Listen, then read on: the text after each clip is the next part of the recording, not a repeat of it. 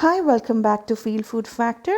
Today I'm making a traditional South Indian food which is Avial, that's from Kerala. So we're going to use starchy vegetables. I've taken one raw banana or plantain, and then one large potato, then two big carrots, 10 to 15 green beans, and then two medium sized sweet potato. I've cut them in equal proportions. And for this recipe, we're going to use coconut oil. I'm mentioning it specifically because to get that authentic taste. So salt, turmeric, and also we're going to make a paste of coconut, cumin seeds, green chilies and yogurt. It's half a cup of coconut and quarter cup of yogurt. And now I'm going to heat a pan. So once the pan is nice and hot, I'm going to add in 1 or 2 teaspoons of coconut oil. So as I mentioned earlier, to get a typical authentic taste that is traditionally made in Kerala, you use coconut oil. So if you use cold pressed extra virgin coconut oil, you will not get the weird smell or taste from the coconut oil. And once the oil is hot and not smoking hot, I'm going to dump in all the vegetables.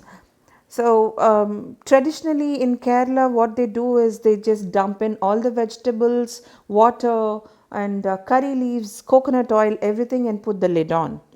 But this is a slight variation that I am giving, that I'm roasting the vegetables in the oil for a couple of minutes, not more than that. And I did not mention earlier, but I'm also adding drumsticks to this recipe. So I have taken 1.5 drumsticks here and cut them into large pieces. Look at Yeah, my son is all curious to know what's going on. So I'm adding about half a cup of water here. To this, I'm also adding the required amount of salt and also a quarter teaspoon of turmeric powder. So once the salt and turmeric powder is added, you're going to mix it really well so that the turmeric and the salt gets dissolved in the water, and all the pieces of vegetables are absorbed with the flavors. So after adding the salt and turmeric, I'm also going to put on the lid and let it cook until they are like 70% done. So I'm going to check back after 10 minutes. See, the color has changed already and it looks so delicious. Trust me, the coconut oil is not too much here because the kind of vegetables that we are using, that complements the flavors of the coconut oil. It gives a very nice sweet smell, and you're hungry already with the nice aroma coming out. So now, after you see that the vegetables are 70% done, we're going to add the paste that we made earlier from coconut, yogurt, green chilies, and cumin. I did not make it into a silky smooth paste here. It's roughly ground. So that's going to give a nice texture to the curry. So after adding the coconut paste, I'm going to let this cook for about another 5 minutes so that all the vegetables they get they absorb the coconut and the yogurt flavor to this. So if you want to add some sourness, you can also add a raw mango here. But I do not have a raw mango with me, but it's because raw mangoes are seasonal. Otherwise, without mango also, this definitely tastes very nice. So once you see that the curry starts bubbling after adding the coconut paste, I'm going to top it up again with 2 teaspoons of coconut oil.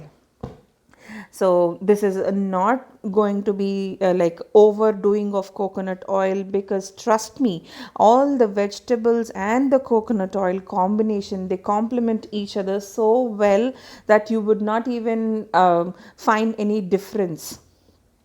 So now again for the tadka, again I'm going to add coconut oil here. See, this is like 1 tablespoon of coconut oil. This is not overdoing, trust me. So now once the oil is hot, I'm going to add in a little bit of mustard seeds. I'm just doing like less than 1 teaspoon of mustard seeds here. I don't want an overpowering of tadka. I just want overpowering of coconut, coconut, coconut. It's like a tour to the Kerala and coming back. So I'm adding the mustard seeds, and once the mustard seeds splutter, that's when we're going to add in the hing. Yeah, the mustard seeds started dancing already. So I'm going to add in the hing also. After adding the hing, and the nice aroma comes out of the hing and the color changes, it's not going to take too long because the oil is hot, for about few seconds, and then I'm adding the curry leaves. Every time I do the tadka with curry leaves, I burn my hands. Yeah, it happens every time. So here the curry leaves are also perfect. Now I'm going to add this hot tadka to the curry, and I'm going to put the lid on immediately. See, the reason we put the lid on immediately is because we want all the flavors of the tadka to be infused into the curry. Now that the curry is ready, I'm going to serve this with very steaming hot rice. You can also eat this with rotis or chapatis. It's going to be very, very delicious and sweet and very smooth. Make this avial and post pictures on my Instagram Feel Food Factor, and also do let me know in the comment section here. Like, share and subscribe to Feel Food Factor. Have fun.